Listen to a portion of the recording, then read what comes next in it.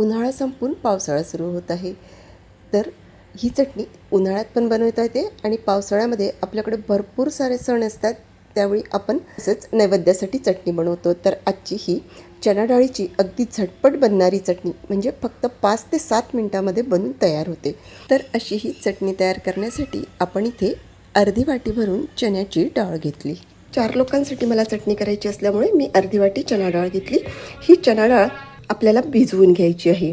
तर चणा डाळ भिजण्यासाठी हार्डली इथे आपल्याला 2 ते 2.5 तास लागतात। जसं आता तुम्ही सकाळच्या जेवणासाठी करत असाल तर उठल्यानंतर चणा डाळ भिजत घालू शकता। आणि हे बघा, मी इथे ही अर्धी वाटी भरून चणा डाळ भिजवून घेतली, सकाळी उठल्याबरोबर टाकली आणि तुम्ही बघू शकता छान डाळ इथे आपली भिजलेली आहे। आता ही डाळ मी स्वच्छ 2 पाण्याने धुवून घेते। बघा, याच्यामध्ये असं थोडं हलकंसं पांढरं पाणी निघतं, तर हे पाणी आपण काढून टाकू आणि आणखी एका पाण्याने ही डाळ इथे आपण स्वच्छ धुवून घेऊ। हे बघा, डाळ इथे छान धुवून झालेली आहे आणि फुलून दुप्पटसुद्धा झालेली आहे। अशी ही डाळ आपल्याला मिक्सरमधून वाटून घ्यायची आहे। तर त्यासाठी मिक्सरचं चटणी पॉट घेतलं, त्यामध्ये ही संपूर्ण डाळ आपण घालून घेतली। 2 हिरव्या मिरच्या, तुम्हाला जेवढं तिखट आवडेल त्याच्यानुसार मिरची घालून घ्या। 5 ते 6 असे कढीपत्त्याचे पानं घालून घ्यायचे। चटणीमध्ये कढीपत्त्याचे पानं बारीक केले ना की चटणी चवीला तर छान लागतेच, परंतु हेल्दीसुद्धा बनते। कढीपत्ता आपण भरपूर नाश्त्यामध्ये किंवा चटणीमध्ये फोडणीसाठी वापरतो, परंतु आपण काय करतो, कढीपत्ता बाजूला काढून ठेवतो आणि बाकीचा पदार्थ खातो। परंतु कढीपत्त्यामध्ये स्किन चांगले होण्याचे आणि केसांसाठी अतिशय फायदेशीर असे गुणधर्म आहेत। त्यामुळे काय करायचं, कुठलाही पदार्थ बारीक करत असताना त्यामध्ये 4 ते 5 कढीपत्त्याचे पानं आवर्जून घाला, म्हणजे कुणीही ते बाहेर काढू शकणार नाही आणि त्यामध्ये असणारे गुणधर्म आपल्याला इझिली मिळतील। त्यामुळे तुम्ही जर बघितलं असेल तर बऱ्याचशा रेसिपींमध्ये मी बारीक करताना कढीपत्त्याचे पानं आवर्जून बारीक करते। तुम्हीसुद्धा अशा प्रकारे कढीपत्त्याचे पानं कुठल्याही पदार्थामध्ये बारीक करून घालता का ते मला कमेंट बॉक्समध्ये कळवा। कढीपत्त्याचे पानं घालून झाले की लगेच त्यामध्ये 2 ते 3 लसूण पाकळ्या घालून थोडेसे अद्रकाचे तुकडे घालून घ्यायचे, अर्धी वाटी आंबट दही घालून घ्यायचं आणि झाकण लावून हे सगळं जाडसर वाटून घ्यायचं।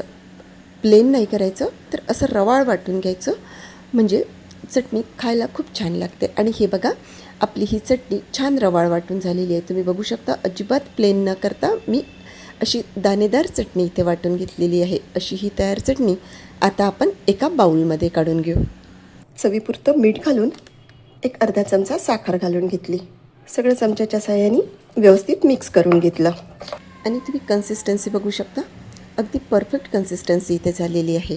आता या चटणीला आपल्याला तडका द्यायचा आहे, तर त्यासाठी गॅसवरती आपण एक तडका पॅन ठेवून त्यामध्ये अगदी थोडंसं, म्हणजे पोहे खायचं चमच्याने 2 ते 3 चमचे भरून तेल घालून घ्यायचं आणि तेल कडकडीत तापून घ्यायचं।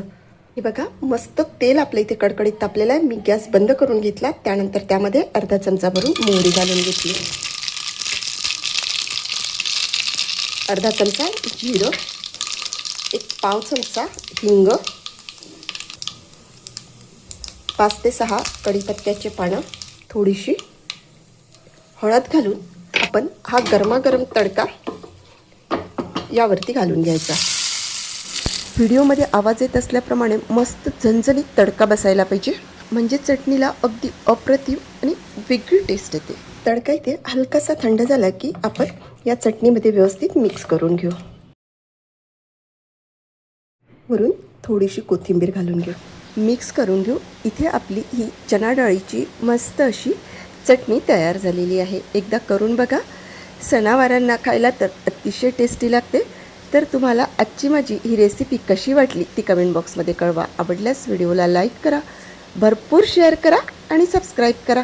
चला तर मग भेटूया पुन्हा एकदा अशाच मस्तशा व्हिडिओमध्ये।